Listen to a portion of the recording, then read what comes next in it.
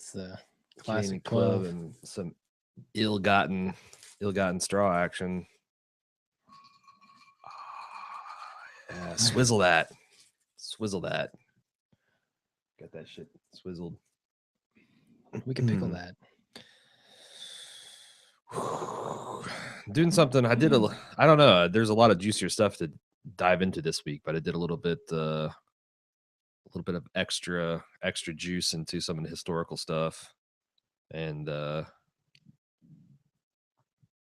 especially, did you read any of that stuff about Dr. Cotton? No. Holy shit. House of Horrors, man. Yep, seems like it. A House of Horrors. Not just because Jillian's there. Yeah, okay. I think I'm ready. All right. Do we have any? How are we doing the pimping this week? Are we going to do another break? Do we have anything that we need to especially hit? Gotham, right? American Horror. Maybe I should actually add this to the pimping document. Yeah, that's a good idea. Fit Gotham pretty good, but I do want to talk about American Horror. American Horror Story. Give an update about the Patreon sitch. Walking Dead's coming back. Yeah, I think we've hit. I feel like we've hit Walking Dead, but I'll definitely mention that too. We already got our preview cast up. You get antsy in the pantsy if I'm over 60 seconds on these things. So, yep. The voice of the listener. Impatiently tapping your feet.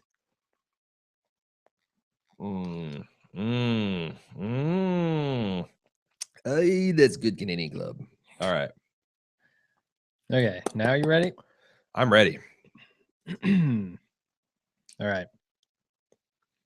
Here goes nothing.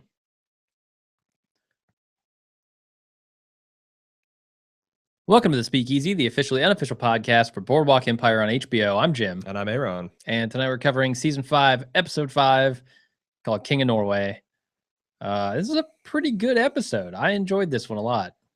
Yas, the King of Norway rules his kingdom with an iron lutefisk. Oh my god. I agreed. It had everything you want on a Boardwalk. Cool dialogue, nice gangster action. All the characters. We got Capone, Chalky. Funny, like Eli and Van Alden have become Laurel and Hardy on this joint. They have, and I'm not entirely sure that that's a great thing, but I enjoy it while I'm watching. I can't argue with the results. I feel like it's not taking away any of the drama. It's just organically funny because their situation they're in is funny. Nelson Van Alden is a funny guy. Yeah, it's Nelson Van Alden being the straight man and Eli being the drunk who doesn't give a fuck. And that combination works really well. And they both have like, what I think is really funny is they both have like their futures tied up with each other. And that just seems like such a bad idea on the face of it before you find out that, oh, Eli's been. Oh my God. Well, we got a lot to talk. I got a lot of stuff to talk about. On that. Is there anything we want to talk about before we get into the recap? I do want to give a shout out to the talent involved in making the episode. Writer Steve Kornacki, veteran of Boardwalk, Sopranos, production coordinator on Pleasantville and Robin Hood Men in Tights. Sure. Hey, yo. Nominated 4 times for Writers Guild Award for Boardwalk Empire, and he won once for the 2011 season. I believe that was season 2. Okay. Also directed by Ed Bianchi, who has a long history that we covered a couple episodes back during What Jesus Said, but includes lots of Boardwalk, lots of The Wire, lots of Deadwood, and he was an Emmy nominee for his work on Deadwood, in fact. Cool. So, shall we start back in the Silver Age of Nucky? Oh, yeah, Middle Nucky. What do we call in this version of Nucky? Silver Age. You Silver got the Nucky? bronze, the silver, and Nucky is golden. Yeah. Golden era Nucky. He is dealing with an old woman who is talking about all manner of dark doings about under the Boardwalk. He's also dealing with a serious overbite. He's dealing with a set of chompers that would not quit. Let's talk a little bit about the not youngest, the Silver Age Nucky Thompson. What did you think? I was thoroughly impressed. Thoroughly impressed, both with the look of the guy and his ability to mimic Steve Buscemi. Oh, I just, to me, it was shocking because Sepinwall had built it up quite a bit, and I was fairly, looking to be impressed. But when I actually saw the guy and he did that kind of like half nod and the eyebrows half up and kind of like I don't know how you call that. And when he brings his chin up and he like kind of straightens up when people say something that piques his interest. Yeah. Yeah. So good. The other thing you said, you asked me during the episode if I had a problem with his teeth and whether these were real teeth or fake teeth. Yeah. I think they're fake teeth. I don't know how you find a guy with Steve Buscemi's eyes and teeth. That's hard. Here's the thing. It's totally his natural teeth. There was a whole thread there. I know, man. After real eyes, real teeth. When we went our own way to do our research, one of the things I was looking at, there's a whole Reddit thread devoted to people saying like, oh, I think the prop department went too far. The FX people, like he was doing a good Buscemi. You don't have to put the massive malformed chompers on him too. Oh, poor guy. Shane Bowman on our Facebook page is saying the same thing. But then everyone came to the realization after they looked at the actors' pictures is that he actually is the Mark Pickering guy. If you do a Google search for his images, those things are front and center. Wow. And they're his natural teeth. That's and incredible. I feel like he's going to be reading these online reviews like, fuck you guys, man. Screw you. You know what I deal with every day with these teeth? Growing up looking like Steve Buscemi isn't easy. All right. On the other hand, he has a great career just following Steve Buscemi's path. He does playing the young Buscemi. And that's the thing. It's not just his looks, like the physicality of his performance and the mannerisms, the speech patterns. Yep. I just could not believe it. So he's the other thing though, we went back and you said when you were worried about the chompers, you were saying, man, I don't know if Steve Buscemi's teeth are that bad.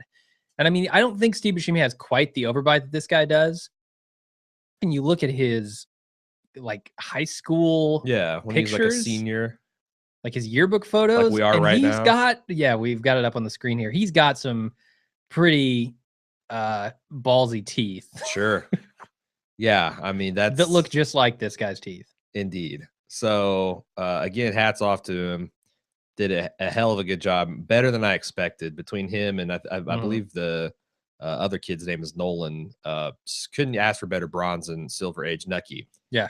Anyway, this woman, this old washerwoman or whoever she is, she's called him down there to investigate a corpse. She's going on and on about whether it's misfortune or mayhem. Turns out it's neither. It's just a hog. Just a hog that got washed out. And she says that you guys don't know what's really going on down here. Noises, groaning, all sorts of horrible Speaking things. of groaning and moaning, we go to Al Capone, who is desperately trying to pound out one, and he just can't do it. He's got constipation for the ages.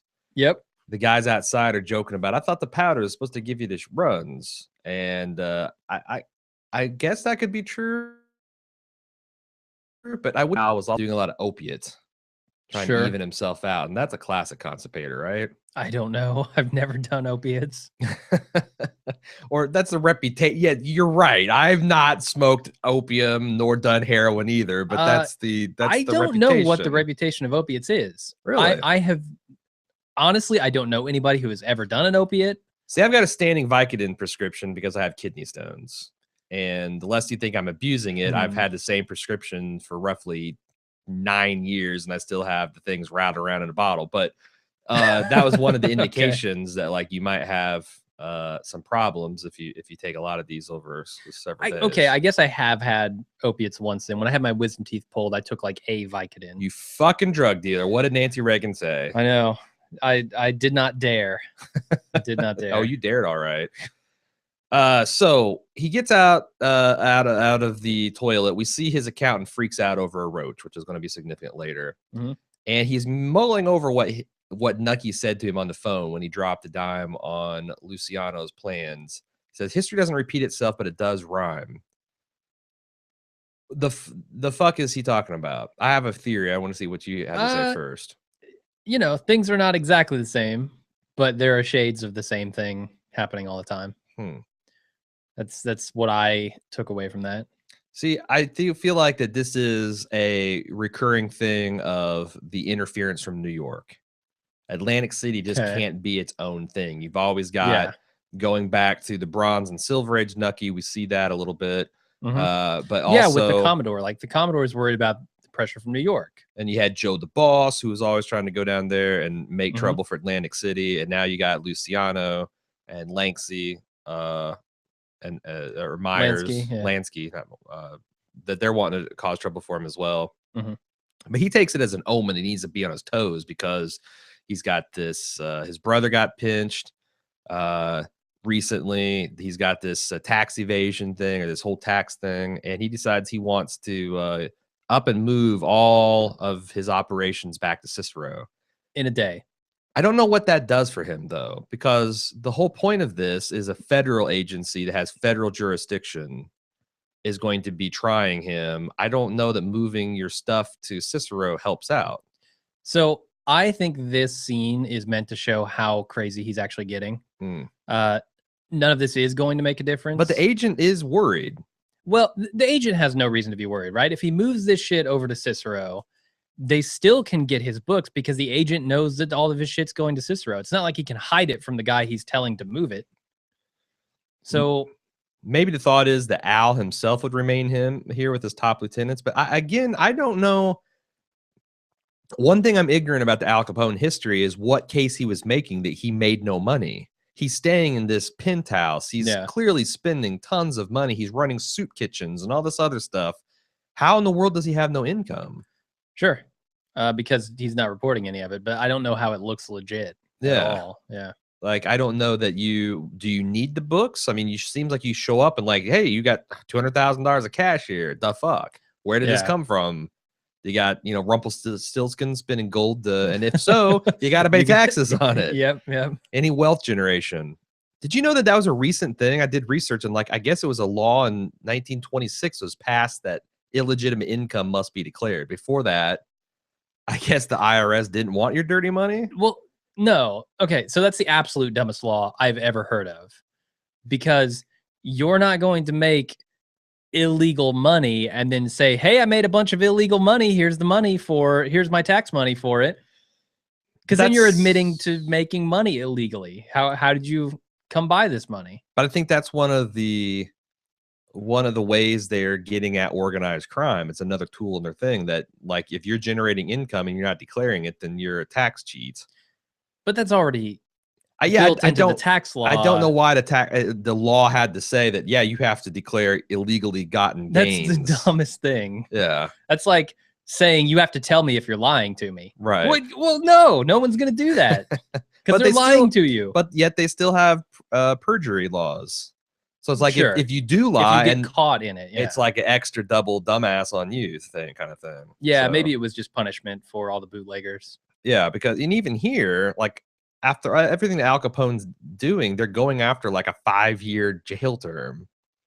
It's nothing, and they laugh it off in this episode. Yeah, right? Well, unfortunately, historically, it pretty much did Al Capone I think when Eli hears about it, he just straight up laughs about it. It's a great scene. Really, they're going after this guy on taxes when he has murdered people in the streets. Yeah. They do mention Oni Madden, who is a real life historical figure. He was a British gangster that came over. He was a bootlegger, a boxing promoter. He owned a Cotton Club, which was a whites only entertainment club in Harlem, New York at the time. Oh, wow. But it catered to mostly black entertainers, and it had like all the bigs of the day, the Louis Armstrongs, the Cab Callaways. Was Lena? No, not Lena Headey. Definitely not her. She's not that old. I've already fucked up the name, but there's tons of black acts that went through there, but it was a whites only establishment in the middle of Harlem, which I wonder how Narcisse felt about that. Don't know. Let's move on.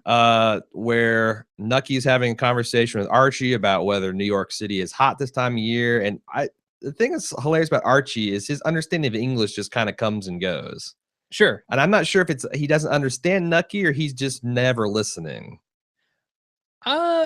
Yeah, I feel like he uses it for his own convenience. Sure. Like, I just don't really want to engage with you right now, so I'm going to pretend like I didn't understand you. Right. But he's at this point, he's like looking out the windows, but I don't know, something was a little off with him. And something has seemed kind of off with him. It's like Margaret showing up punctured his cool somehow. Still is able to do his job, as we'll later see.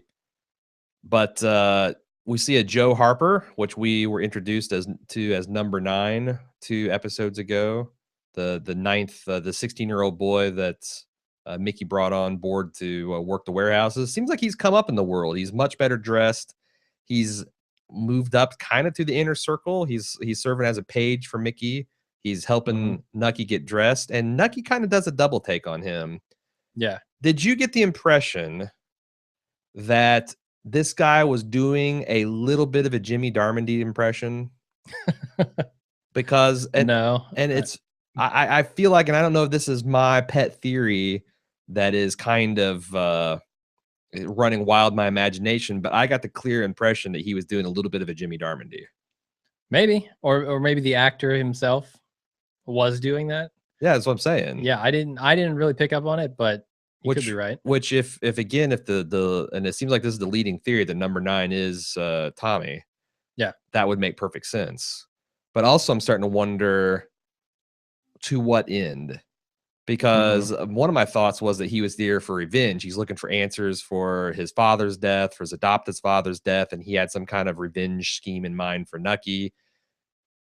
It seems like he's in place to execute that if he wanted to. Sure, he's helping the man put on his coat in his closet. Yeah, so, yeah, or his dressing area. A knife through the ribs, and it's all over. Sure, you might not want to do it with what's his name in the room. Yeah, I guess if you want to survive. Gus's grandfather. Sure. Speaking of which, this guy is like great. He's a badass. He can take care of the security needs of Nucky, but he is not helping him with the day-to-day stuff like Eddie did. No, he is definitely not the Eddie type. He falls down on his Eddie duties. Yeah, completely. But then again, Eddie wasn't killing people and cutting their ears off either. No, he was not. So it's a trade-off. So it turns out that the visitor that Nucky's being summoned to receive at the old rumpus is Chalky White. Hell yeah, it is. Came out of nowhere. They kind of pass the time talking about how Mickey has run this place into the ground. He mentions, Chalky says, it's worse than my old juke, which was a old-timey slang for a road house, basically a roadside bar offering liquor, dancing, and offering gambling and prostitution. Okay. And we finally figure out how he eventually got pinched. He was caught robbing gas stations and stores. Of course, he's also wanted for he wasn't implicated in the or what? I don't think he was. That was the prevailing theory, right? That somehow they pinned the murder of the federal agent on him. But I don't think there was any evidence. But when that guy shows up later to collect Chalky, he doesn't say we want him for robbing liquor stores and stuff. He was wanted in conjunction. He could just be wanted for being a fugitive. Yeah, but I thought he said something about involved in the death of a federal agent. But I didn't have that actually listed in my notes, or maybe I do. We'll have to get to that scene. They did kill some prison guards on their way out, but that's what it was. Yeah, I was super disappointed in how he actually went to prison. Like, he just got caught up in petty robberies and got. I feel like that's nicked. Consistent with his character at the end of last season. He was truly a man that was lost. But he seemed like this mastermind criminal at one point, and now he's getting caught up in stupid robberies. That's a little disappointing, Chalky. What he wants to do now is find Narcisse. And Nucky's like, nah, that's not good for either of us. Your family's moved to St. Louis. Maybe you should look that up. And he's like, what am I going to do? Just walk in and say, I'm back. I'm a wanted man. Yep. Nucky says, hey, you should stay here under my protection and start again.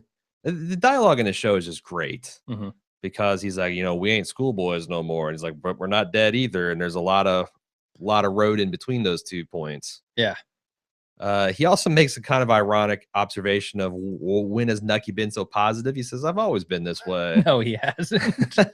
Well, We know that's not true. If you look right? at that bronze and gold and silver age Nucky, he kind of did have a positivity to him. Yeah, but if you look at season 1 Nucky, certainly he has changed from season 1 Nucky. And I think that we're going to eventually get to the bottom of all the Mabelosity that is probably at the root of this. Yeah.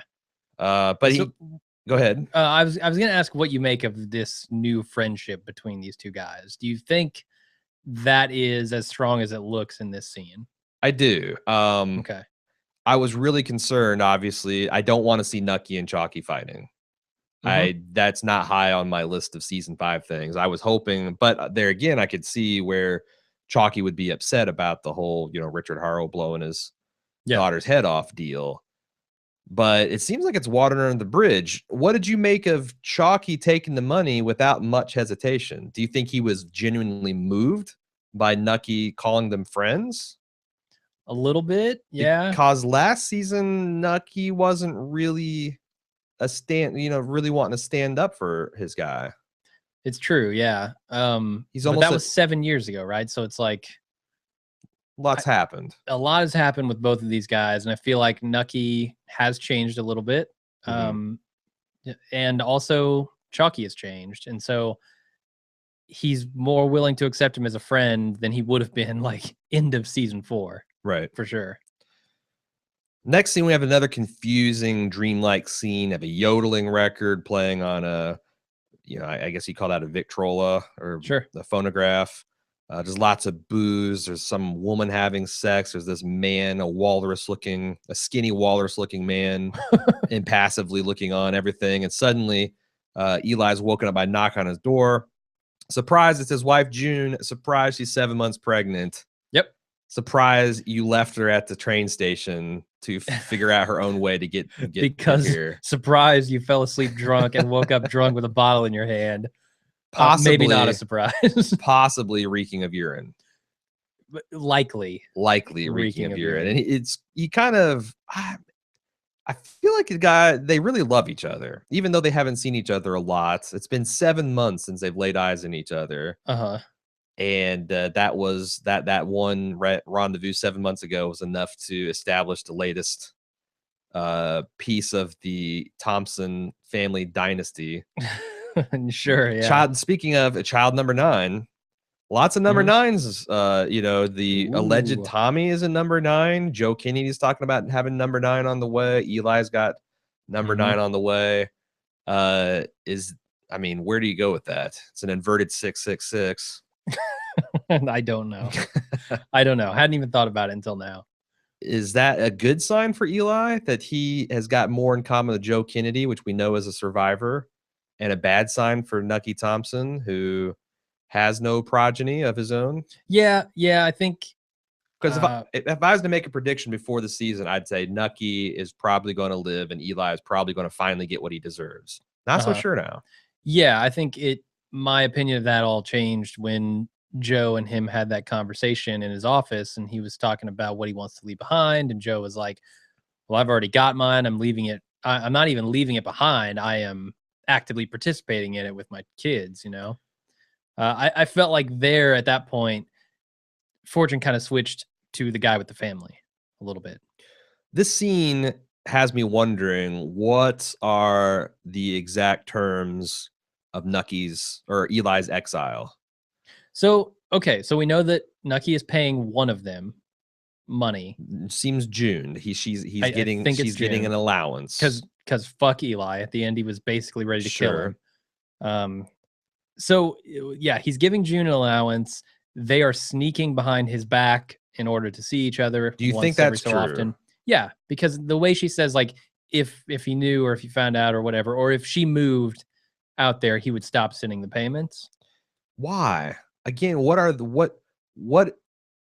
I get that him going out there took the heat off of the federal agent investigation, and that he but what does, it's been 7 years. If they moved their family out there, he is doing something of value for Nucky. If nothing else, he's helping out Capone, which helps out Nucky because they seem to be very close still. Like, Al really respects Nucky's opinion, even if it seems like it's coming from some kind of drunken prophecy. Yeah. Of course, he's also syphilis and cocaine addled in the brain, but whatever. He still feels loyal towards Nucky. I just don't get exactly and what it would mean if Eli brings his family out here. Like, I don't understand why Nucky would not want that to happen. Is that a punishment? Who is he punishing?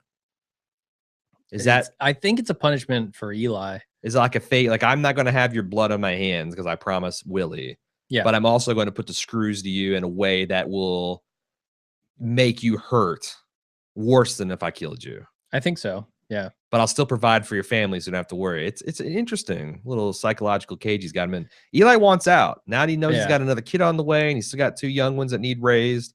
He's got his own thing with Van Alden. I don't know why June is so concerned about the money. I mean, come on. You're telling me the guy who works for Al Capone can't afford to take care of his family? I think when he first came up there, it was pretty much as a knockaround guy. He was assigned to report to Van Alden, who we know was at the bottom floor of Capone's organization. He was a skull cracker and not a very well-respected one at that. He had to build his own house. Sure. Because he didn't have the money to buy one. So, yeah, you're right. You're right. Anyway, I just think it's interesting to see exactly trying to unpack what that deal is. Also, there was probably a substantial downgrade to his lifestyle once he got out from under the wing of Nucky. Sure. Because Nucky makes a lot of money and he makes the people around for his lifestyle. He's living in a flop house that he just boozes up every night. His family still has their nice house. Propped up by Nucky, yeah. Sure. They're getting a home-cooked meal at the Mueller / Van Alden's. It's not all they're getting, but yes. And Eli can't, because Mrs. Mueller Sigrid desperately wants to meet June, which I didn't at the time. I thought it was going to be a funny situation because Van Alden's a funny guy. Yeah. No idea the danger that was going on here. Sure. Well, it was surprising the scene we're talking about with him kind of remembering, I guess, that he had this booze-induced fling with Van Alden's wife. That came out of nowhere, and it was a little confusing. Well, we'll get to that because I'm not sure exactly. Okay, you're not there yet? No. All right. We go to the sanatorium where Jillian's being held, and the crazy lady who led the revolt against not being able to listen to the gentle listener or the good listener. Yep. Comes up wild-eyed with a piece of paper she passes to Jillian and says, "You need to protect your fur." Sure. I agree with that advice. You do. If you got a fur, if you're gauche enough to have a fur coat in this day, you better keep it in a bank vault, or else some protester is going to throw a bucket of red paint on it. Sure. Let alone the moths are just waiting to consume it. Yeah, you need to maintain it well too. That's So you see, get a brush. As she's being taken away by the orderlies, she's saying, "Not my teeth. Don't take my teeth." Nucky said that too. Don't have to worry. Those things are rooted into the top of his skull. They're wound around his eye sockets all throughout. Nothing will take those teeth. Nope. Nothing. Not God himself. Devil himself couldn't take those Not teeth. A black hole in his mouth could pull those things out of their sockets. Okay. Nucky's meeting with Torrio, and I felt like when I was watching this in real time that Torrio was very off. And not just because his wife wasn't there, although that was also an indication. Like, where's his wife? Why isn't she there for the meeting with Nucky? Is he scared? He seemed very addled. And also, in retrospect, John has been pushing him to this retire concept because I feel like he likes Nucky, but he's keep pushing this. Man, you need to retire. You need to retire. Look at me. I'm living the life. I'm taking care of my tomatoes. Yep. I'm begging off my own funeral. You need to retire. Because we find out he's working with Luciano and Lansky the whole time. Yeah, Lansky. God damn it. Chucky Lansky, right? Sure. Yeah. So we flash back to Silver Age Nucky, and he's giving a report back to the Sheriff Hammer about the old biddy, who is the Jersey Devil. She's been bedeviling Mr. Sheriff Lindsay for 20 years now. They talk about Mabel and how Mrs. Lindsay approves of her, and Nucky's complaining about, but nothing's good enough for her old man. He's wanting to take her to the Oyster House, which is a ritzy place, to prove that he is an up-and-comer in this world and he can provide for his daughter.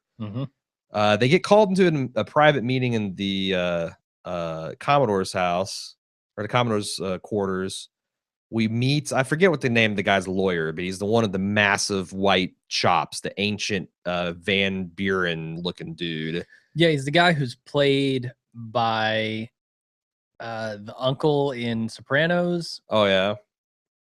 Well, he's not played by him in this scene. He's played by him in older Commodore years, right. in present time. Yeah. Right. But so this guy is talking about that, and we also see that shoot, I forget what this character's name, but he's the Mr. $50 hat. Mr. $50 hat is down from New York City to squeeze out the Commodore on his investments. He's wanting to claim credit for what's not his.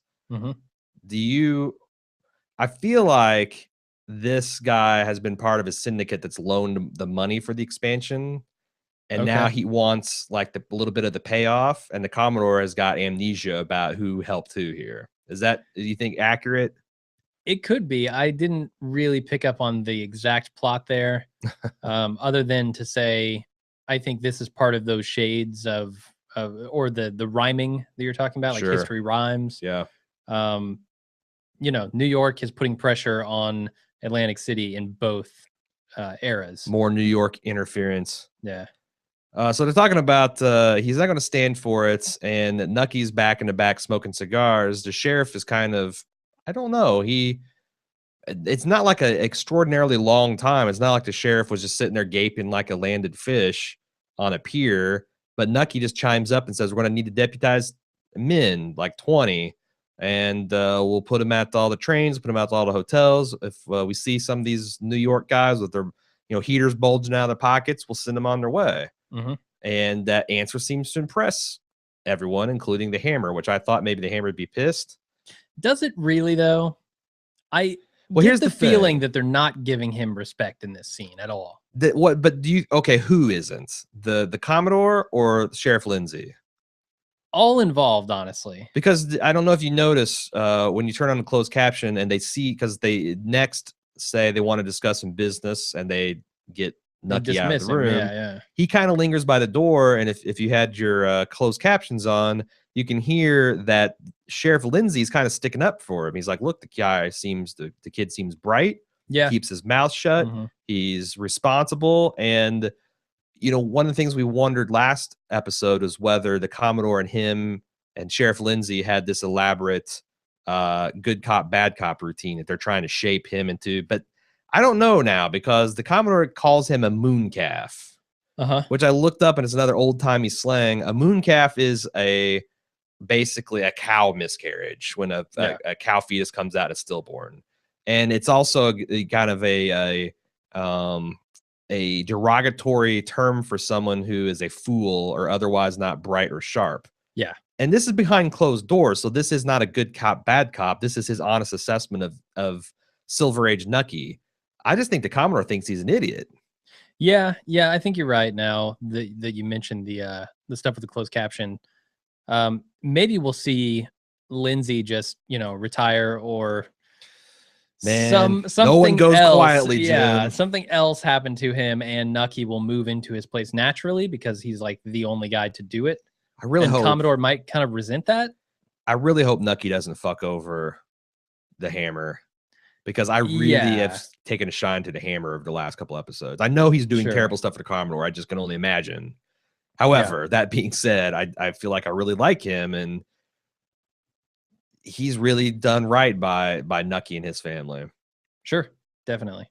Anyway, going to the Van Alden home, and there's a kid playing a really shitty song on the recorder.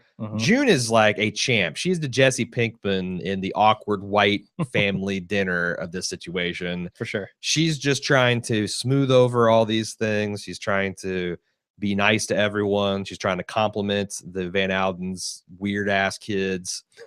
Eli and Nelson are having a private conversation, and he's like, "Look, Al Capone's got his suspicions about me.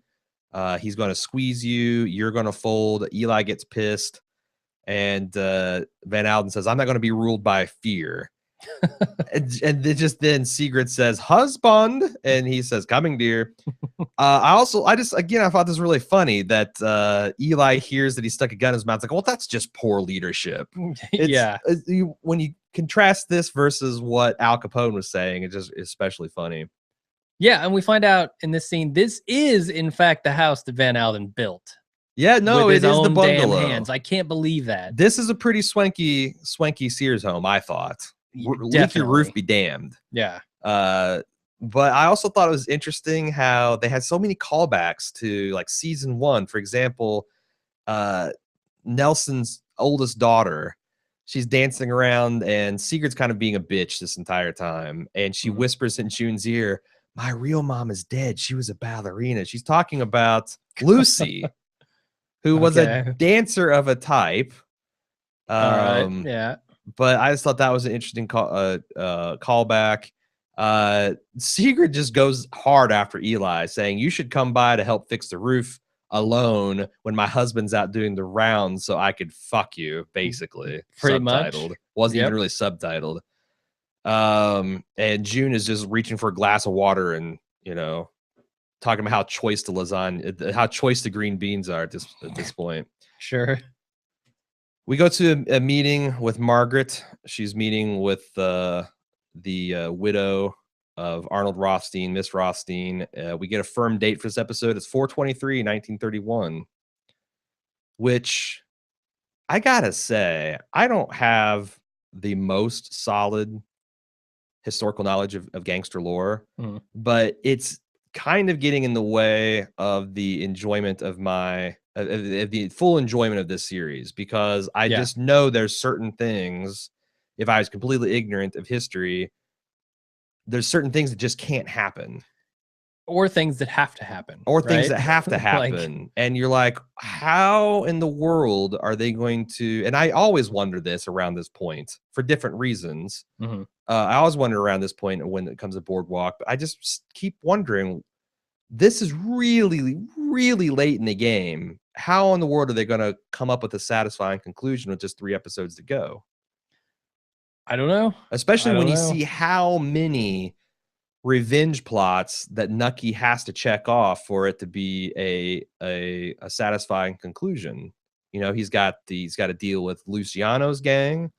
He's got this Cuban fiasco that you'd think he would want someone to answer for. Yeah.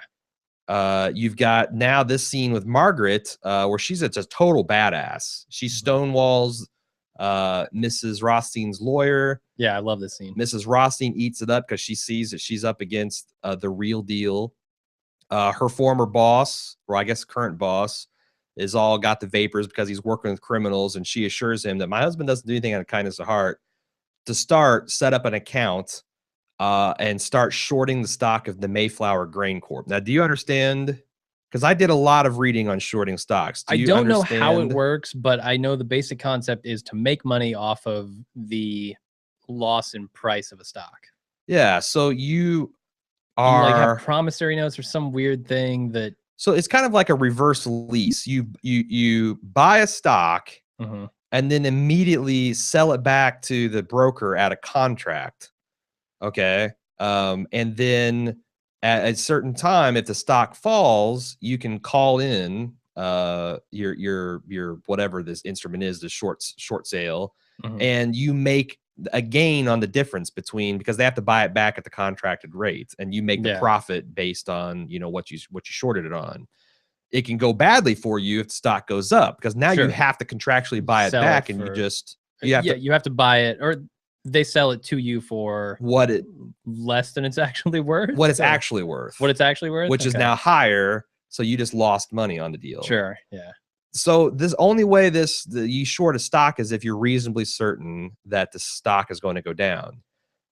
The ominous question is, how is Nucky reasonably certain that the Mayflower Grain Corp... Now, if you don't remember, this was the one that Joe Kennedy sat on the board of, and they made a big show of humiliating Nucky when he came asking for their partnership on the rum deal. Yeah. What is he going to do to fuck with them to the extent that their price is going to take a hit?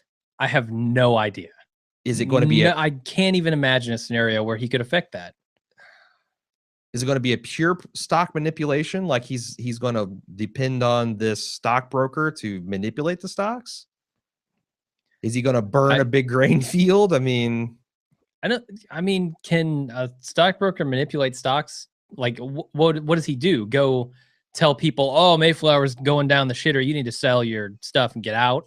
Yeah, like, or he would have to know that the guy has a whole bunch of Mayflower, or at least is brokering Mayflower deals. You could start a run on a stock by selling off a huge quantity, which makes other investors like, whoa, what the hell's going on with Mayflower? Sell. But these people would have to have a whole bunch of Mayflower stock, or be brokering for a whole bunch of people who do own the stock. Sure. I mean, that's one thing. Like, that's something we've never been privy to. But he could also just directly fuck with their business in a gangster kind of way. That's true. He could. So I'm wondering, like, does he expect whatever deal he's setting up for his rum to eat into the stock of Mayflower once Joe and Mayflower go public? Is that what he's trying to do? Set it up to where not only does he own the rum business, but the rum business is going to do some damage to the whiskey business. And yeah, I don't know, because he talks about how he owns all these pipelines and ways to get liquor into the company. Yeah.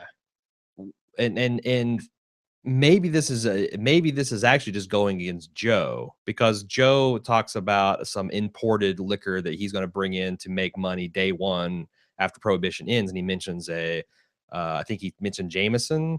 I think he mentioned some type of like champagne Hennessy or something. Which this stuff Hennessy's not though. Hennessy's not. No, Hennessy's brandy. But it's here in America, right? Or is it actually?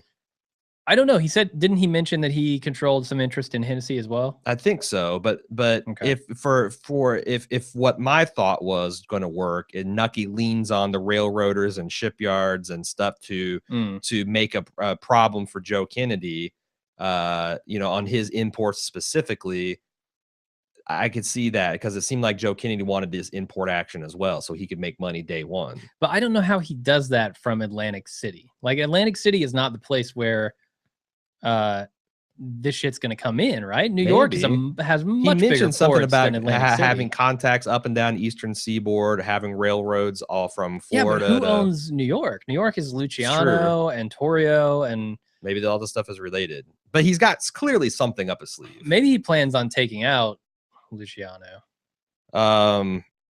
This next scene, I've rarely had a swing from total revulsion to total admiration of a character than I did from Mickey Doyle, when he's in full Doyle. He's watching a guy tune a piano. I can't do. Yeah, I don't know how to do that. We should have a Mickey off, a Doyle off. Doyle off. Oh, you can tune a piano, but you can't tune a fish. I think it's more of like a Mickey Mouse off. Oh, guys! I can hear you can tune a piano, but you sure can't tune a fish.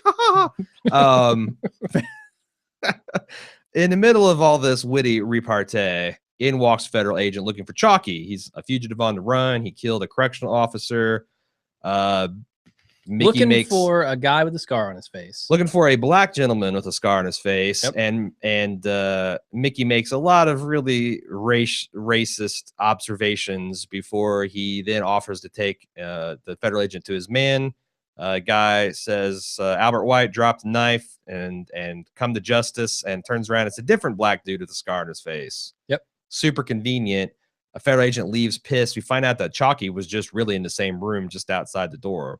Mm-hmm. And Chalky gives a little nod of respect to Mickey for sending the guy off in style.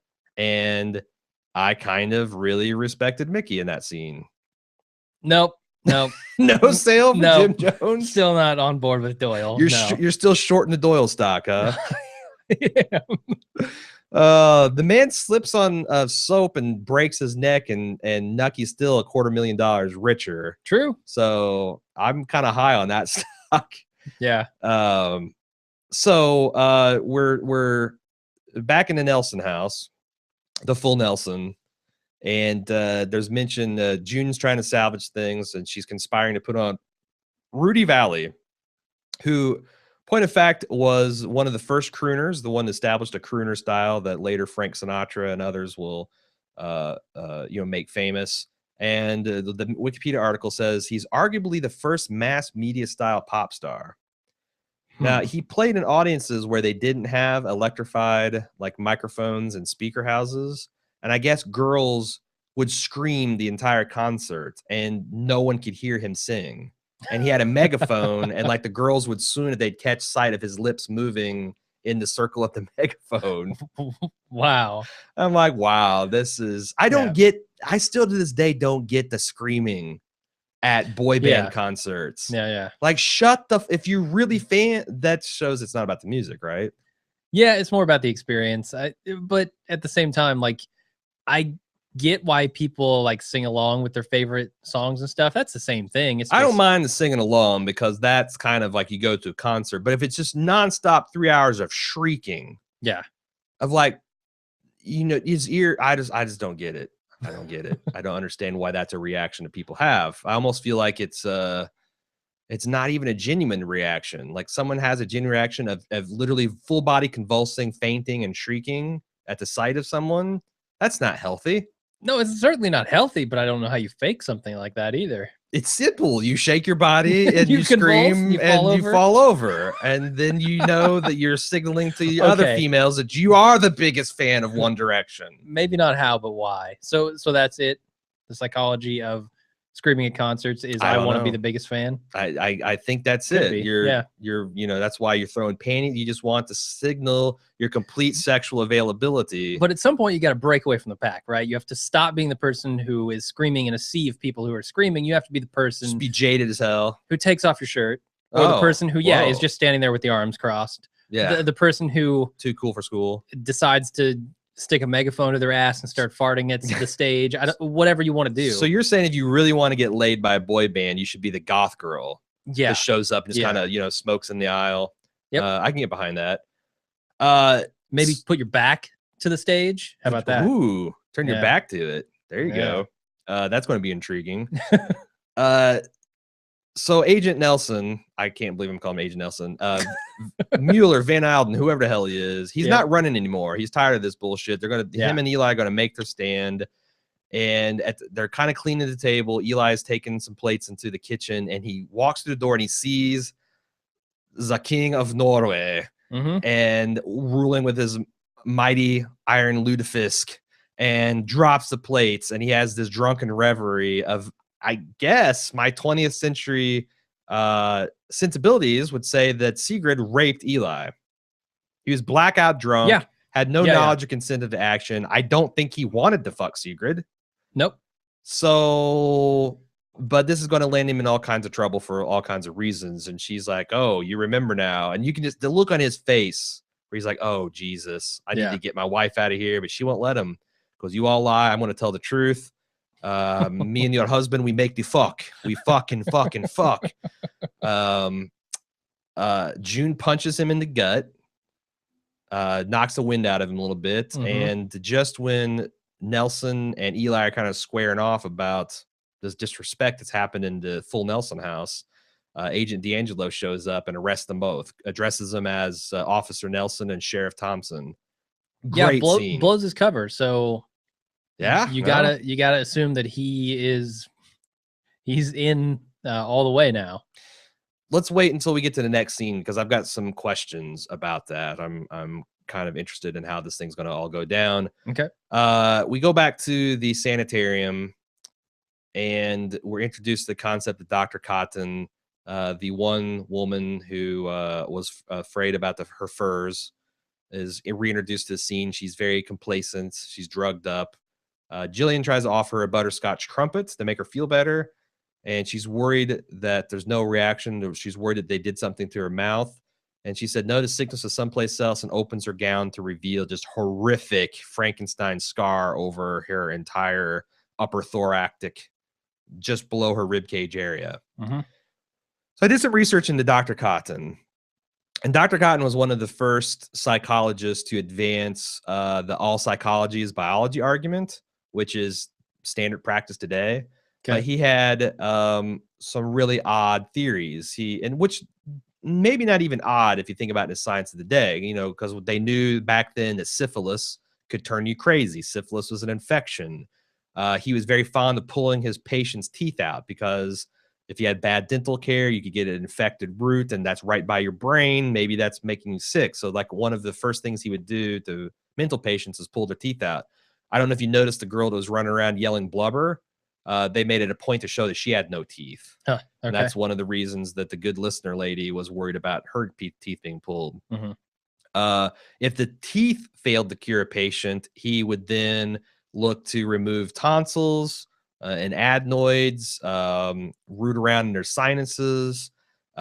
He's remove testicles, ovaries, gallbladders, stomachs, spleens, cervixes, and he especially is fond of removing colons because he would suspect them to be impacted full of shit. And I think that's what he did to this woman. Because I think that the large intestine is kind of in that area. Okay. And when I first saw, I was like, oh my God, he gave the woman a forced hysterectomy, which is already horrific. But I'm like, why the hell would you put the cut there? I think he took her colon out, man. Maybe so. Get this, the mortality because of infection and all kinds of, this is where I've got a little bit of the nick in my Boardwalk empire. The mortality rate on his surgeries was 45%. Yeah, sounds about right. Trying to cure these people. It's ridiculous. So, and the article I read on him pointed out that even the crazy patients were very skeptical about, going under this guy's knife, and they would fight, and they would, they would scream, and they try to resist, and they were just basically medically raped. It is horrific, and they were right to fear that. There's another scene in this episode with him and it's coming. What's her name? Jillian, that gets even darker as well, because it's one thing, granted it's a horrible thing, but it is one thing to do this to people in search of a cure for the obviously insane. Sure. It's a very different thing to do it when you are just empowered by it. Yeah. And you can declare someone insane. Sure. Because they can't prove that they're not insane. And that's the thing. That just twists it to a whole nother level. That's the thing at this time. And I think that's one of the really interesting things, one of the few interesting things about the Nick, just from a plot level, is the tension between these people are doing things that are going to be modern science and modern surgical advances. They're pioneering these techniques, but they just don't know enough about the stuff to do. If they never took these steps. Yeah. Would we be where we are today with the advances we have? Right. But what's really tragic, particularly with Dr. Cotton, is I guess a lot of his associates had a lot of evidence that these things weren't effective. They deliberately hid how much mortality his patients were facing from him. When he testified, because he got investigated by a board of health about this before he retired, and he estimated 20% of his patients were dying, which was way above acceptable norms. And it turns out that his assistant some information from him, so he was actually doing even worse than he thought he was doing. Interesting. But some of these practices, especially removal of teeth and tonsils and stuff, are going on till the 50s from his various disciples and stuff that carried on his work. Insane. Anyway, we go back to Silver Age Nucky, and we meet Mabel. We meet Silver Age Mabel, who is, speaking of the Nick, Miss Gallinger from the Nick. We find out Mabel's a school teacher. Her father is, how would you describe him? A gruff pushover. He talks a big game. I don't know. Is he a pushover? We haven't seen enough of his game to know. Well, we know that she eventually marries Nucky, since that is his widow. Or wait, he's the widower of her. So he didn't put his foot down there. He told her not to smoke on pain of being whipped, and she said, "Fuck you, old man, I'm smoking anyway." And he's like, "That's what I expected." So I do feel like there's a little bit of this, gruff pushover. Yeah, well, I don't know. Definitely when it comes to her, right? He's learned that she is strong-willed. She's going to do whatever she wants, regardless of what he says. Yeah. So maybe, it's more of her decision to go with Nucky than it is his. Right. Mr. Mabel, I can't remember her maiden name, but Mr. Mabel suggesting that Nucky go to the Klondike to get him far away from his daughter, and his daughter says, "Oh, there's nothing but rough men and bear grease out there," which would be a great guy on guy porn title. Sure. Rough men and bear grease. Yeah. She sends for a pack of cigarettes and Nucky and him square off, and I felt like Nucky held his own. I thought so too. And he's also a little bit of the psychoanalysis of his opponent that Nucky's later famous for when he observes, very calmly, like, I know you don't respect me and you don't take me seriously because we're opponents and we're fighting over the same thing and one of us has to lose. And spoiler alert, gonna be you. And the guy says that you don't know what you are, which is something that is kind of a little bit of a theme. Yeah, it's echoed with Jillian as well. Yeah. And also you can arguably say that Sigrid makes the same accusation, that none of you honestly know who and what you are. Okay. Yeah. But so it's kind of like a theme of this episode. But that's it. They just have this confrontation and it's kind of reaches a peak, and Mabel comes back and kind of diffuses things. I feel like it would have been smart for us to look up the King of Norway and see if he was known for anything in particular. Maybe the who you don't know who you are sort of thing applies to him a little bit. He's a pretender to the Norwegian throne. But like, I have no idea. I have no idea. I wish I had looked him up before the show, but well, because why is it that the King of Norway is the one triggering Eli's memories? Like, I get that he's looking at that picture while he's I don't banging understand her. why this is weird. I don't understand the problem you have with that scene. It seemed pretty clear that he's always had these kind of vague memories, these boozy memories, but it's like now it's like deja vu. Oh shit. Yeah, no, it makes more sense in retrospect, but I just wish like I had known thematically anything about the King of Norway. Because titling an episode King of Norway says that it's a big deal. And then having these other themes run through it maybe ties them together. But well, maybe you can redeem yourself next week. Okay. We can only hope. If it's called the King of United States, I might know a little bit about that. But George Washington, of course. Sure, yeah. George Washington the First. So Carver, the peanut guy, right? We're back to Golden Age Nucky. They're waiting for Torrio, for John to show up. He's meeting with Marzano at a bar. Presumably this is 7:30. And they decide, fuck it, we're going to go on. And Marzano says, look, I appreciate, what you're trying to tell me here, but I really need to deal with Italians because, Roman law and Caesar and bullshit. Even though Nucky pokes 1,000 holes in that story, like Caesar got stabbed in the back by the guys he trusted most. Trust doesn't work. Loyalty doesn't work. An empty suit, man. Yeah. He's a bunch of Marcus Aurelius pseudo-intellectual spouting bullshit who is getting outfought by his own fucking men. But so in the middle of all this stuff, he's saying that you're Malta, you're loyal to Rome, but exempt from Roman law. It's like, but John tells me you're a man who can knows how to repay a favor, which I'm wondering, where is this going? When out of nowhere, Archie comes and says, Abajo, and shoves his boss to the ground, and bullets just fly. Just obliterate this poor old barkeep. Sure. Destroys the top half of this bar. And Nucky survives, Archie survives, and we do know that Marzano survives. So everyone of note, the important people that were supposed to be killed survive. Everyone under like 4 foot survives this. Like, gangsters need to learn to shoot lower, right? I get it that a Tommy gun is going to pull up quite a bit, but start lower. Start lower. I also think that that's the reason cover exists. Like, you're shooting where you think people might be, but if they're low to the ground and you're trying to judge the angles and you don't actually have a sight picture, it's much harder to hit something that's low like that. Yeah, the profile is less obvious. We should go to Don's Guns. Okay, get a Tommy gun, build a replica bar set, get some steel cutouts of Steve Buscemi and Archie, and because he has Tommy guns. God bless Don's Guns. Of course, Don does. Yeah. He has Tommy guns you can rent by the hour. And, we should spend a couple $1,000 replicating that and hosing it down and put it on YouTube. Kickstarter. We get like 3 video hits. I'd pay for it. Yeah, sure. That's the $5,000 Patreon level. We will recreate with authentic Tommy guns. This scene. Said no one ever. We go back to Silver Age Nucky. He has shown up in quite late at the Hammer house because Mrs. Hammer is already in her nightgown. Mr. Hammer is starting to roll out his suspenders down. He might be planning to do some hammering of his own. Oh, God. And Nucky says, I want to do these Commodore jobs. I want to help with you. And Lindsay says again, kid, that's not how it works. Go home. It's late. We'll talk about it another time. Also looks disappointed or irritated with Nucky. What's up with that? Is this another Godfather deal, or he wanted bigger, better things for Nucky? I don't know. For Enoch? I really don't know. I don't get it either, because he clearly likes the kid. I definitely think that the theory that was advanced last week that maybe Nucky considers this guy more of a father figure than his own father is, and I feel like it's kind of a two-way street. But also, you know, he's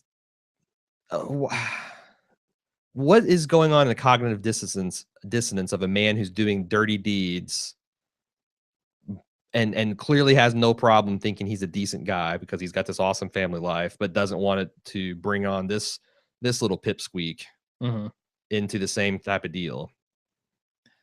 Do what I do what I say, not what I do kind of thing? Sure. Yeah. All right. You can. He's trying to hide those facts from Nucky as well, right? He doesn't want him to know what deeds he's actually doing. Well, it depends on how much of this Jillian type stuff is going on, because I just that's the one thing I can't see the Hammer helping this guy rape children. He seems like too much. I can definitely see him killing dudes, because that's, I mean, people have been rationalizing that since the dawn of time, but I don't know. Maybe I'm being naive. I just feel like the Hammer is not a part of that particular piece of business. Yeah, I feel and maybe that's how Nucky gets ahead. That he is willing to go down and do it and get a little slimy into the sewers of oh, I thought maybe he was going to use that info to blackmail his way in. Oh, no, I was thinking that he's actually going to be complicit in helping him, because we know he is. We know that, you know, that he feels his own guilt for his role in bringing Jillian to his bedchambers. Okay. I don't know. I'm sure there'll be plenty of gross stuff ahead for in that particular plot line. We go to Dr. Cotton. He's meeting with Jillian. Jillian said, "Hey, I'm all cured, not crazy no more. I want out of this loony bin." Doc says, "Prove it." And basically, I hate Jillian enough that I was kind of like, "Yeah, right on, Doc. You call a bunch of malarkey on that temporary insanity to shit." But after reading this about Dr. Cotton and seeing his horrific stuff, I'm also like, this, when he's talking about rooting out the crazy inside you, that we'll find out what's inside you, we'll fix it. Yeah. That's bad news for Jillian. Super bad news. I think Jillian's going to end up crazy herself. I mean, we see her. She already, I think she is crazy. She's just not as barking mad, blubber screaming, teeth pulled out crazy as these women are. I think she's traveling down that road. I think, like, we look at her when she's sitting in the chair and there's all this chaos going on around her in the sanitarium. Can you imagine putting up with that? It would drive you crazy. And I think that's what we're seeing, is her being driven mad inside this madhouse by both the inmates and also Dr. Cotton himself, who is going to, like, she's now stuck in this situation where she's forced to prove that she is sane. But you can't do that. You literally, there's no way to do that. So, like, the question that she asked Dr. Cotton when he says, "How do you know who you are?" She throws it right back at him, and you can see that that gets to him. You can see that I think so. I interpret it as that he's just like, it's like dealing with a child. You know, it's like, you got to go to bed. Well, why do you get to stay up? But it is a super relevant question. Sure.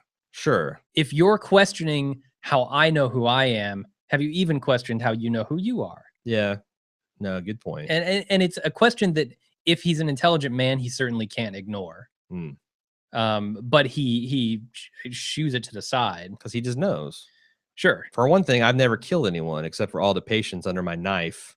Exactly. I've been doing bizarre medical experiments that have no real basis in scientific thought. Yeah, and when you know more about Dr. Cotton, that question becomes even more relevant. He does seem a little insane, too.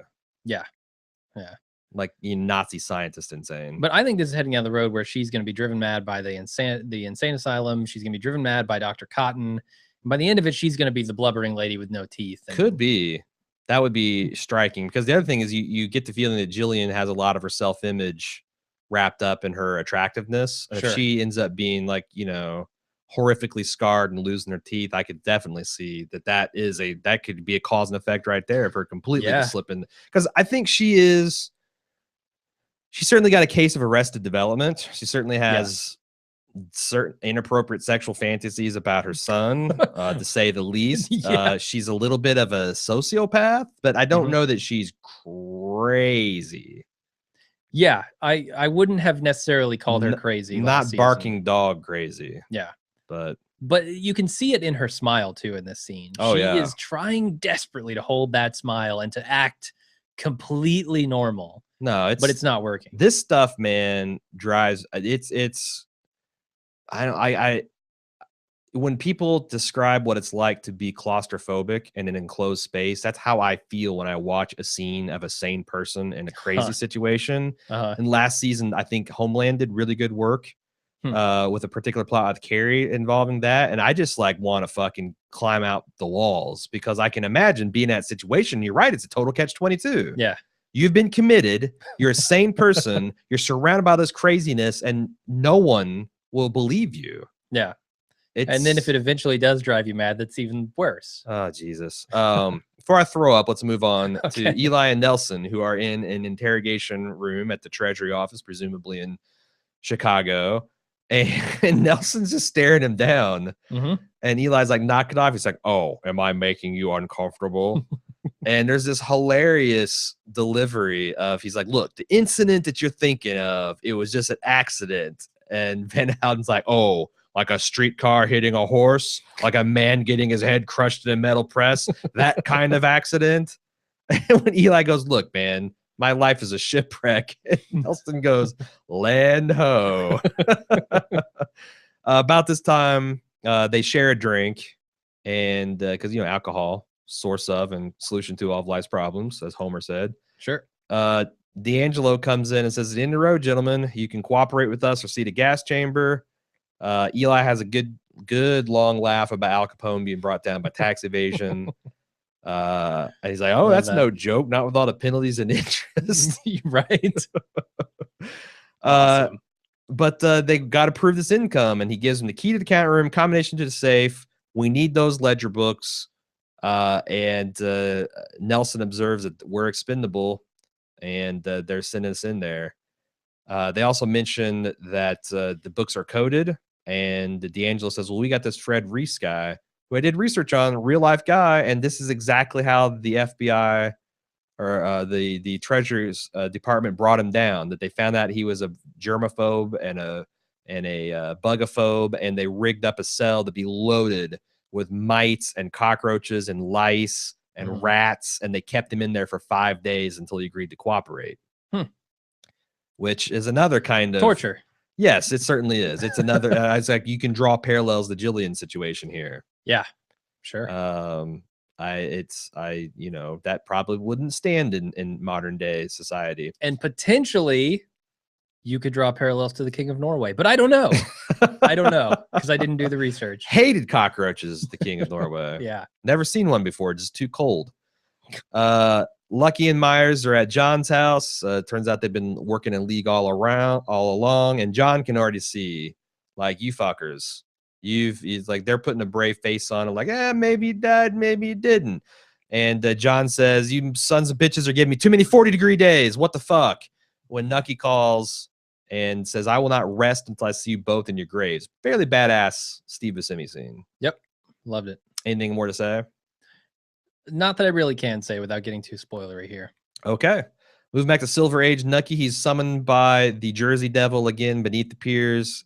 And she's saying, you can hear the souls at night. I just think people are fucking under the boardwalk. Yeah, no, definitely. That's what I'm getting. But turns out there is the New York hustler, Mr. $50 hat, has been washed up. And apparently he got hammered.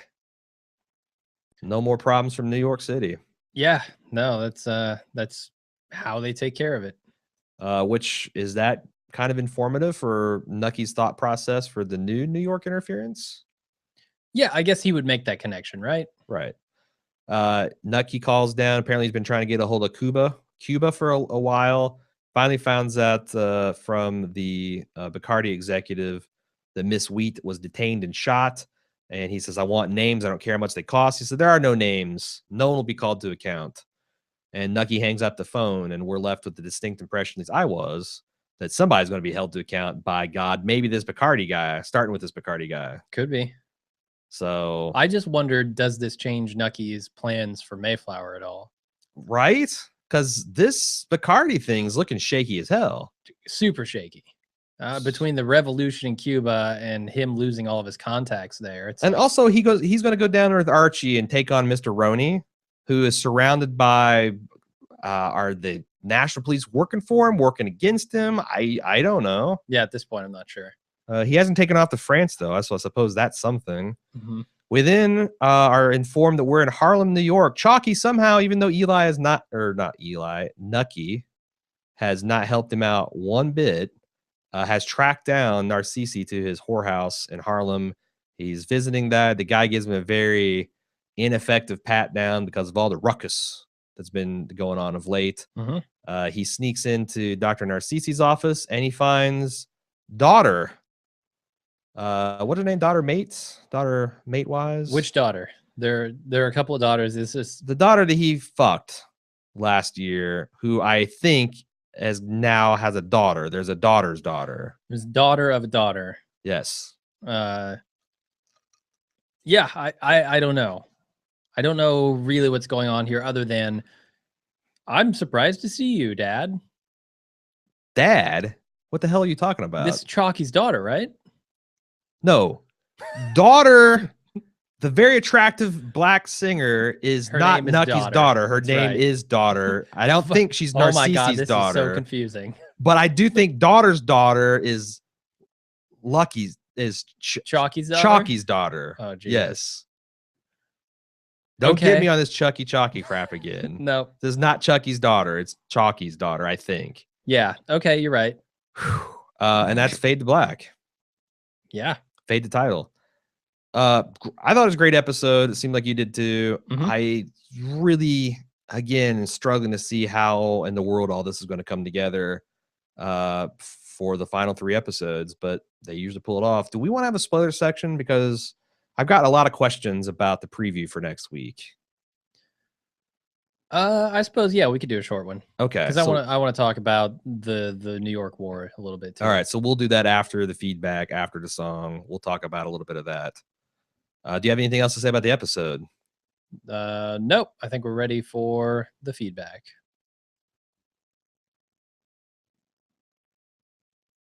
You ready for me to continue? Yeah. I'll fix your fuck up.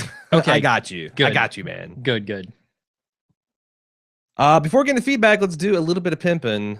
We've got so much new stuff going on right now, Jim. We got the boys from Personal Arrogance are handling Gotham for us, which has been a little bit of good, a little bit of bad, but it's maintaining watchability, entertaining. I think they're doing a great job on the podcast. Mm-hmm. They're very funny.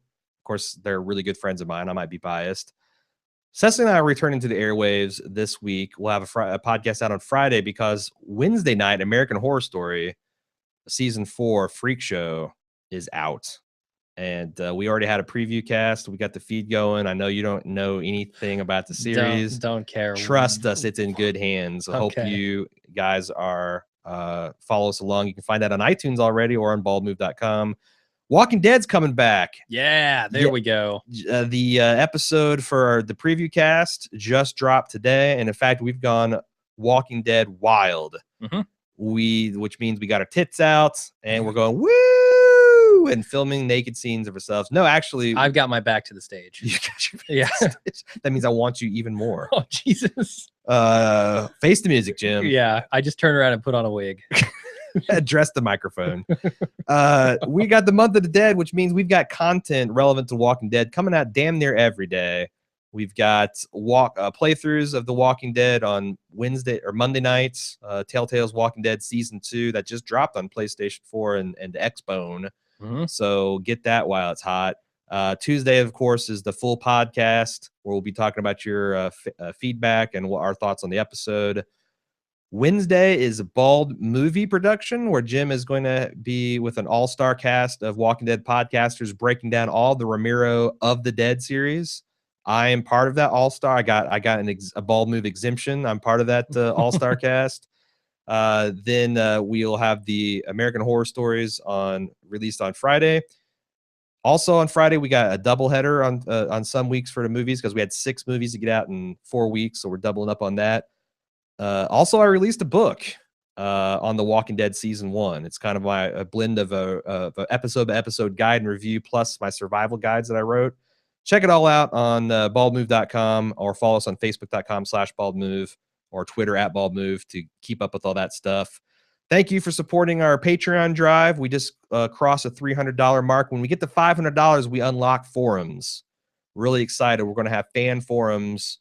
We'll have a more robust area where you can discuss. You can start your own topics. If we're not covering something and you want to discuss it with us or your fellow fans, you can do it yourself. We're going to have a lot of really cool features. Over halfway there, only 2 weeks into this. We're pretty excited about that. Subbable.com/baldmove is still up and running. You can find out how to commission your own custom podcasts and other custom content opportunities there. You can support us through amazon.baldmove.com. So many ways. Go to support.baldmove.com to see all the ways you can support us. Some that don't cost a thing. Rate and reviews on iTunes, for example. Yep. Quick and easy way to help us grow the network. And we appreciate, of course, everything that you guys do. Eternally grateful for where we're at. And it's all because of your support. So again, thank you. Now, let's get to some feedback. Philip Z starts us off on Facebook, said, Van Alden doesn't get to be Elliot Ness, but he does get a chance to help Elliot Ness. He doesn't get to be an untouchable, but his status as expendable comes in handy. 2 former lawmen getting a chance at redemption. They could almost build an entire series or a buddy cop gangster movie around these 2 characters. Jim, would you watch that spinoff? Sure. Definitely. I would too. At least the first few episodes. It's too bad Winter and Scorsese are hell-bent on making a Rolling Stones 70s series. rocker series. Yeah. I will probably watch that because it's an HBO pedigree, but I do not imagine I'm interested in that because I'm immune to 70s rock. I don't give a shit about the Rolling Stones. I don't give a shit about Led Zeppelin. I don't give a shit about Pink Floyd. I like occasional songs, but I'm not the kind of guy to get high, turn on a black light, and listen to Dark Side of the Moon. Oh, I am. Like, every once in a while, Immigrant Song will hit me. Yeah. I like the Black song. I mean, there's some stuff, but that's definitely a color blindness and the awesome pop culture spectrum that I have. Okay. I'm a big fan of classic rock, and I think if it's done right, if you kind of show the seedy underbelly of it, it could be a cool HBO series. Yeah, the underbelly is pretty seedy in places. It is, especially over there across the pond around that time. And swinging London. Yeah. Question. Does Van Alden and Eli make this out of live? Do they both make it out? Do neither of them make it out? What's your odds on that? Oh, wow. I don't think Eli makes it out alive. I think Eli is too far gone. And now that he's fucked the wife of his partner and Can he talk his way out of that? No. I don't think anybody can talk their way out of anything with Van Alden. Right? I'm not talking about Van Alden. I don't think Van Alden will kill Eli. I don't believe that. And I mean, he's had his shots before. I don't think that'll happen. I'm talking about with his wife because that's the thing. If Eli's family life has been destroyed, that is his life, and he might as well die. Yeah.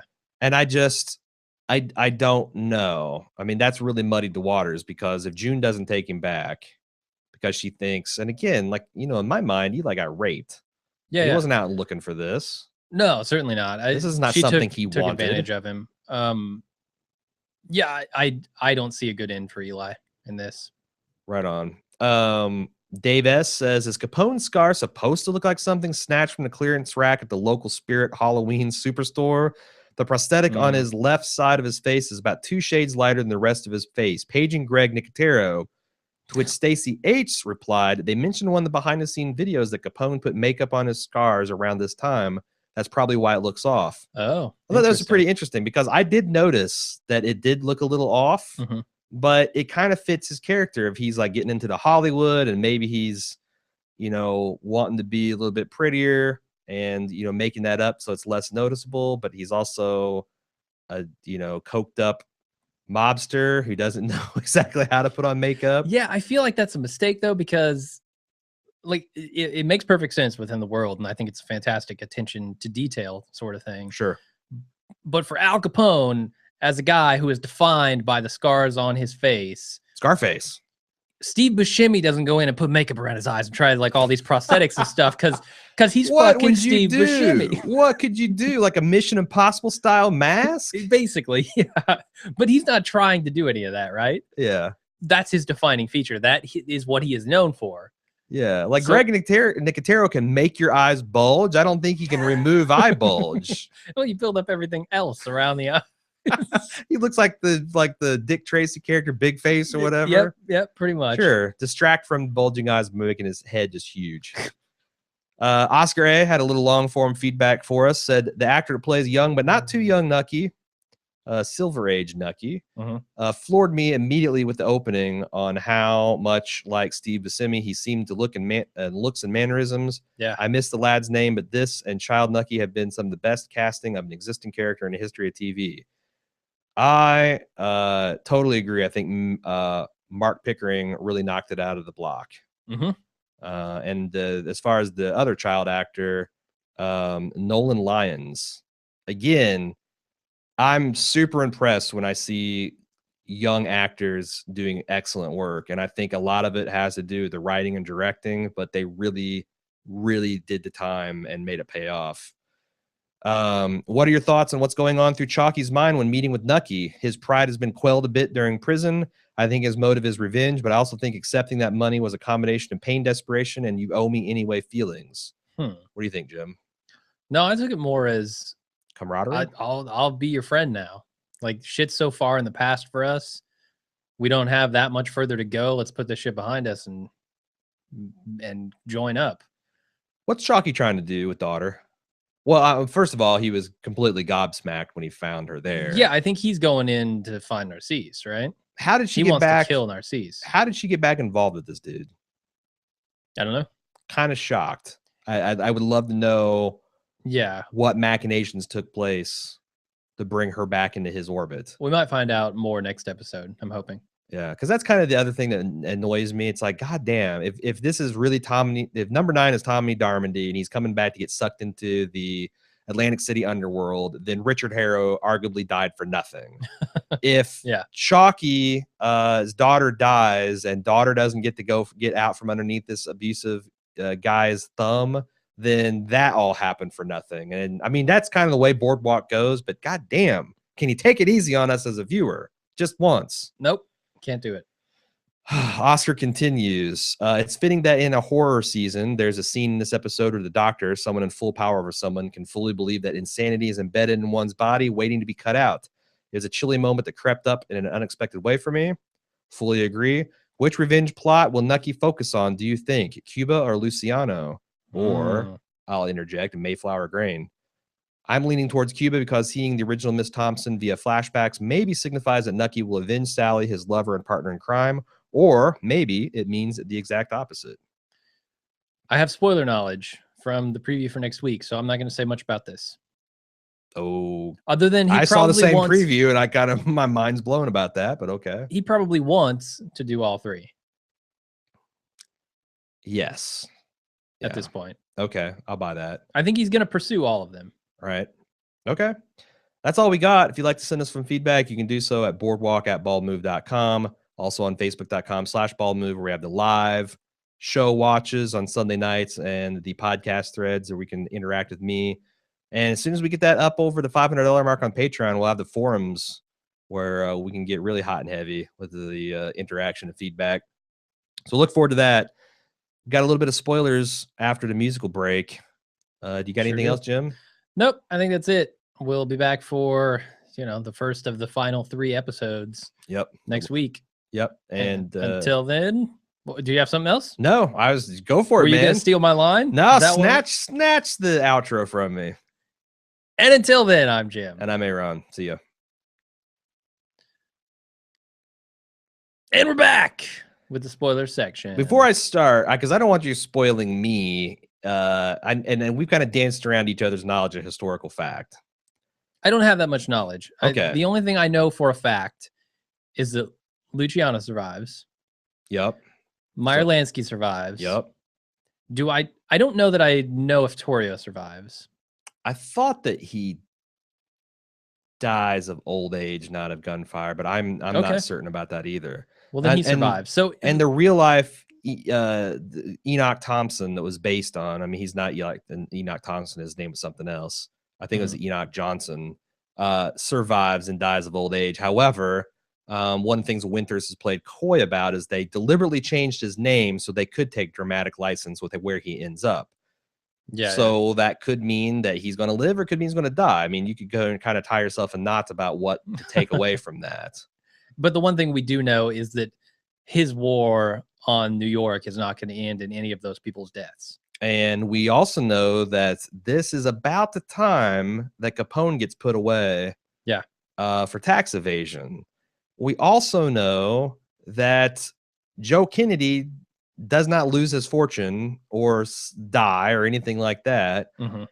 So what are we? To me, this tells me that the stakes of Nucky's fate is going to lie entirely within his family situation. It's going to be about number 9. It's going to be about Willie. It's going to be about Eli and his family. Because that's the only reins that Winters has control over to make this. It's going to be maybe about Cuba. Yeah. Yeah, so the Cuban thing, like I was saying from the spoilers, I think it looks like Nucky takes his right-hand man there and goes back to Cuba to try and sort shit out.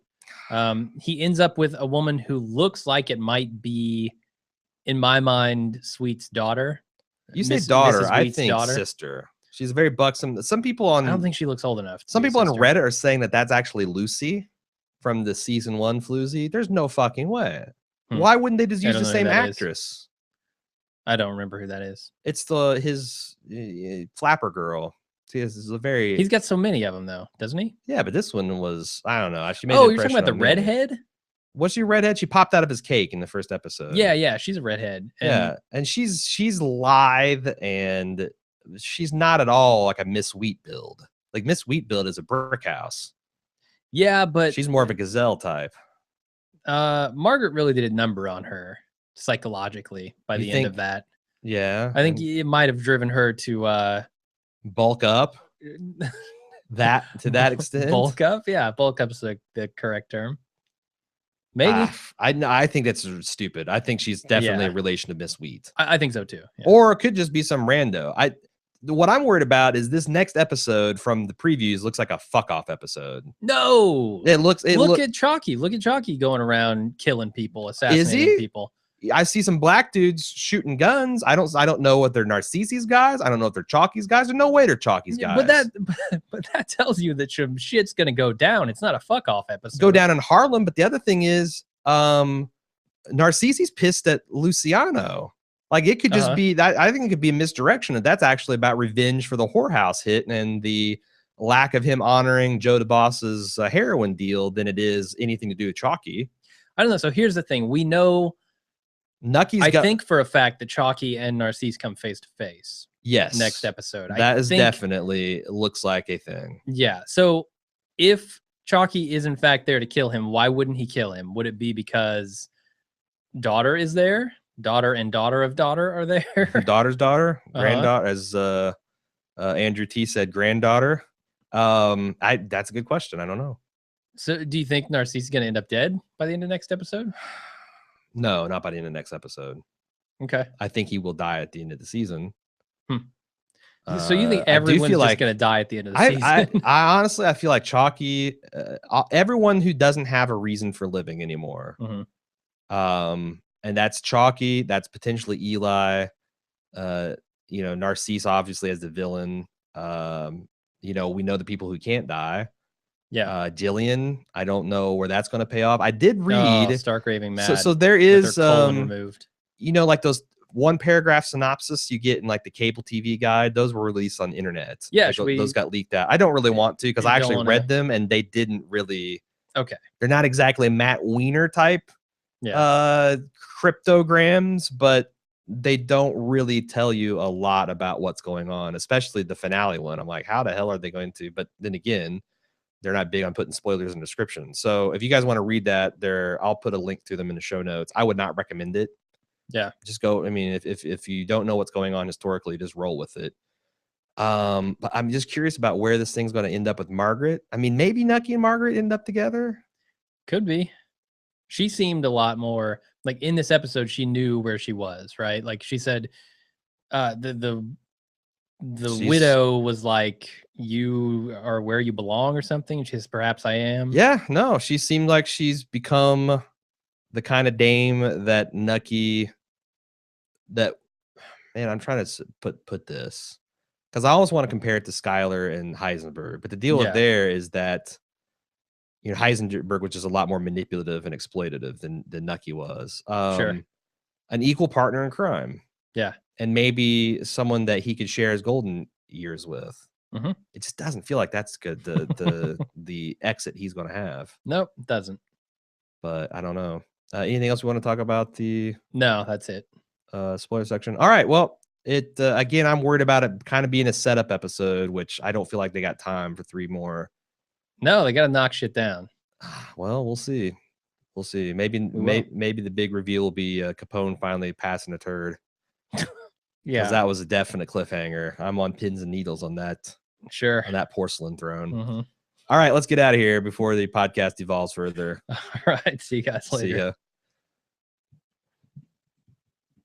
Oh shit, people are watching. I forgot about that. Yeah, what's up?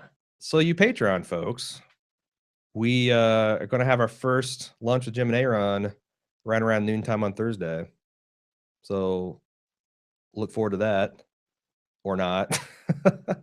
And thanks for your support, and hope you're finding these live casts entertaining. They're really going to come into their own, I think, for The Walking Dead and all of our future Instant Take podcasts, because it's going to be really fun to be able to out AfterBuzz folks coming after our corners. Yep. All right, we'll see you guys later.